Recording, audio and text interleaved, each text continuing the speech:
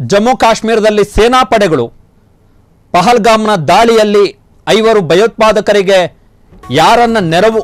ಯಾವ ನೆರವನ್ನು ಕೊಡಲಾಗಿತ್ತು ಅಂಥವರ ವಿರುದ್ಧ ಈಗ ಕಾರ್ಯಾಚರಣೆಗೆ ಇಳಿದಿವೆ. ಕಾಶ್ಮೀರದಲ್ಲಿ ಸೇನಾ ಪಡೆಗಳು ಕಾರ್ಯಾಚರಣೆಯನ್ನು ಕೈಗೊಂಡಿವೆ. ಭಯೋತ್ಪಾದಕರ ಬೆಂಬಲಿಗರು ಮತ್ತು ಅವರ ಮಾಹಿತಿದಾರರು ಯಾರೆಲ್ಲ ಇದ್ದಾರೆ ಅವರನ್ನು ಹುಡುಕಿ ವಶಕ್ಕೆ ಪಡೆಯಲಾಗ್ತಾ ಇದೆ. ಈ ಮಾಹಿತಿದಾರರು ಇರ್ಬೋದು ಅಥವಾ ಬೆಂಬಲಿಗರು ಇರ್ಬೋದು, ಇವರು ಅಂಡರ್ ಗ್ರೌಂಡ್ ಆಗಿದ್ರು, ಅಂದ್ರೆ ಭೂಗತರಾಗಿ ಕೆಲಸ ಮಾಡ್ತಾ ಇದ್ರು ಕಾಶ್ಮೀರದಲ್ಲಿ.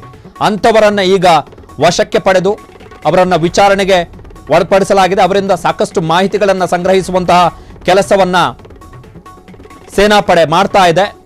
ಇದರ ನಡುವೆ ಜಮ್ಮು ಕಾಶ್ಮೀರದಲ್ಲಿ ಪಹಲ್ಗಾಮ್ ದಾಳಿಯಲ್ಲಿ ಪಾಲ್ಗೊಂಡಿದ್ದಂತಹ ಪಹಲ್ಗಾಮ್ ದಾಳಿಯನ್ನ ಮಾಡಿರುವಂತಹ 5 ಭಯೋತ್ಪಾದಕರ ಮನೆಗಳನ್ನು ಧ್ವಂಸಗೊಳಿಸಲಾಗಿದೆ. ಶೋಪಿಯಾನ್ನಲ್ಲಿ ಎಲ್ಇಟಿ ಕಮಾಂಡರ್, ಲಷ್ಕರ್ ಇ ತೊಯ್ಬಾದ ಕಮಾಂಡರ್ ಅಹಮ್ಮದ್ ಕುತ್ತೆ ಎಂಬಾತನ ಮನೆಯನ್ನ ಧ್ವಂಸ ಮಾಡಲಾಗಿದೆ.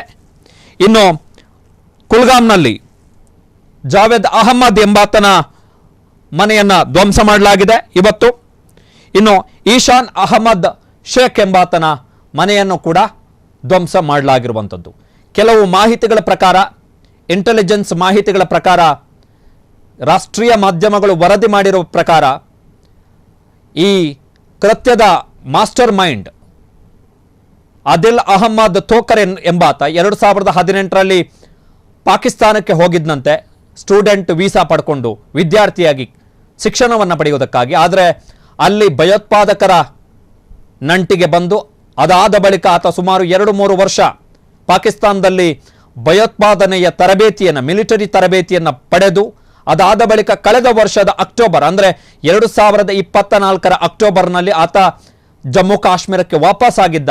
ಪುಂಚ್ ರಜೌರಿ ಗಡಿಯ ಮುಖಾಂತರ ತಾನು ಒಬ್ಬನೇ ಬಂದಿದ್ದಲ್ಲ, ಬರುವಂತಹ ಸಂದರ್ಭದಲ್ಲಿ, ಪಾಕಿಸ್ತಾನದಿಂದ ವಾಪಸ್ ಆಗುವಂತಹ ಸಂದರ್ಭದಲ್ಲಿ ತನ್ನ ಜೊತೆಗೆ 3-4 ಮಂದಿ ಪಾಕಿಸ್ತಾನಿ ಭಯೋತ್ಪಾದಕರನ್ನು ಕೂಡ ಆತ ಕರೆದುಕೊಂಡು ಬಂದಿದ್ದ. ಜಮ್ಮು ಕಾಶ್ಮೀರಕ್ಕೆ ವಾಪಸ್ ಆದ ಬಳಿಕ ಆತ ಭೂಗತನಾಗಿದ್ದ. ಅವನು ಏನು ಮಾಡ್ತಿದ್ದಾನೆ ಎನ್ನುವಂಥದ್ದೇ ಗೊತ್ತಿರಲಿಲ್ಲ. ಪಹಲ್ಗಾಮ್ನ ದಾಳಿಯ ಸಂದರ್ಭದಲ್ಲಿ ಆತ ಕೂಡ ಬಂದೂಕನ್ನು ಹಿಡಿದು ಶೂಟೌಟ್ ಮಾಡಿದ್ದಾನೆ ತನ್ನ 2 ಸಹಚರರ ಜೊತೆಗೆ.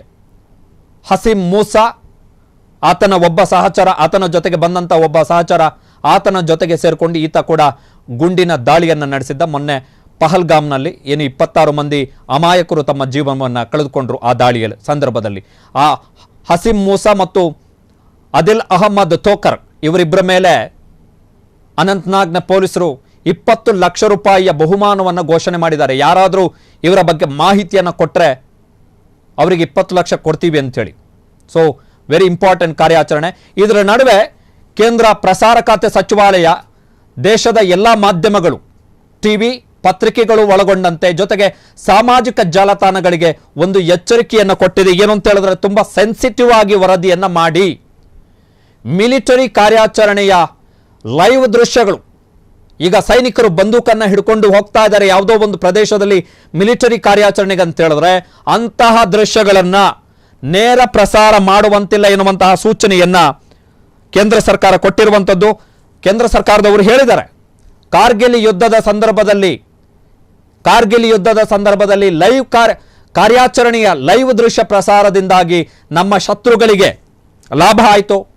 ಮುಂಬೈನಲ್ಲಿ ಏನೋ ತಾಜ್ ವೆಸ್ಟ್ ಎಂಡ್ ಹೋಟೆಲ್ ಸೇರಿದಂತೆ ಪ್ರಮುಖ ಹೋಟೆಲ್ಗಳ ಮೇಲೆ ದಾಳಿ ಆದಂತಹ ಸಂದರ್ಭದಲ್ಲಿ ಏನು ಆ ಕಾರ್ಯಾಚರಣೆಯ, ಭಯೋತ್ಪಾದಕ ನಿಗ್ರಹ ಕಾರ್ಯಾಚರಣೆಯ ಲೈವ್ ಟೆಲಿಕಾಸ್ಟ್ನ ಕಾರಣಕ್ಕೋಸ್ಕರ ನಮ್ಮ ಶತ್ರುಗಳಿಗೆ ಅನುಕೂಲ ಆಯಿತು.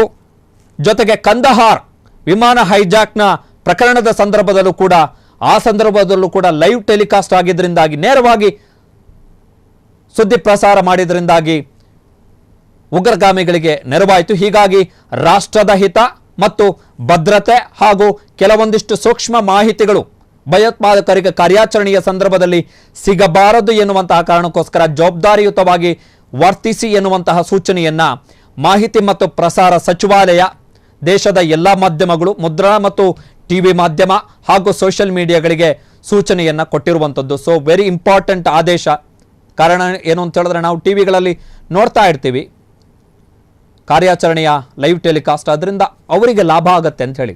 ಅಂದರೆ ನಮ್ಮ ಯೋಧರು ಏನು ಮಾಡ್ತಿದ್ದಾರೆ ಎನ್ನುವಂಥ ಪಿನ್ ಟು ಪಿನ್ ಅಪ್ಡೇಟ್ ಅವರಿಗೆ ಸಿಕ್ಬಿಟ್ರೆ ಅದು ಅವರಿಗೆ ಅನುಕೂಲ ಆಗುತ್ತೆ ಎನ್ನುವಂಥ ಎಚ್ಚರಿಕೆಯನ್ನು ಕೇಂದ್ರ ಸರ್ಕಾರ ತನ್ನ ಮುನ್ನೆಚ್ಚರಿಕೆಯ ಅಡ್ವೈಸರಿ, ಎಚ್ಚರಿಕೆಯ ಸಲಹೆ ಅದರಲ್ಲಿ ಕೊಟ್ಟಿರುವಂಥದ್ದು. ಸೊ ನಾವೆಲ್ಲ ಪಾಲನೆ ಮಾಡಬೇಕಾಗತ್ತೆ ಅದನ್ನು. ಕಾರಣ ಏನು ಅಂತ ಹೇಳಿದ್ರೆ, ಸುದ್ದಿಗಿಂತಲೂ ದೇಶದ ಭದ್ರತೆ ಮತ್ತು ಭಯೋತ್ಪಾದಕ ನಿಗ್ರಹ ಕಾರ್ಯಾಚರಣೆಯೇ ಮುಖ್ಯ. ಸುದ್ದಿಯನ್ನು ಬೇಕಾದರೆ ಒಂದು ಅರ್ಧ ಗಂಟೆ ಲೇಟಾಗಿ ಕೊಡ್ಬೋದು, ಏನೂ ಆಗಲ್ಲ. ಸೊ ಇದು ಇವತ್ತಿನ ಅಪ್ಡೇಟ್ ಪಹಲ್ಗಾಮ್ ದಾಳಿಗೆ ಸಂಬಂಧಪಟ್ಟ ಹಾಗೆ.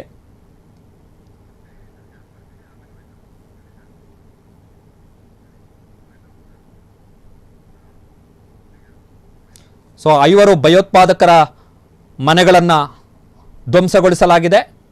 ಕಾಶ್ಮೀರದಲ್ಲಿ ಭಯೋತ್ಪಾದಕರ ಬೆಂಬಲಿಗರು, ಅವ್ರ ಬಗ್ಗೆ ಯಾರಿಗೆ ಕನಿಕರ ಇದೆ ಅವರನ್ನು ಹುಡುಕಿ ವಶಕ್ಕೆ ಪಡೆದು ವಿಚಾರಣೆ ನಡೆಸಲಾಗ್ತಾ ಇದೆ, ಕ್ರ್ಯಾಕ್ ಡೌನ್ ಆಗ್ತಾ ಇದೆ.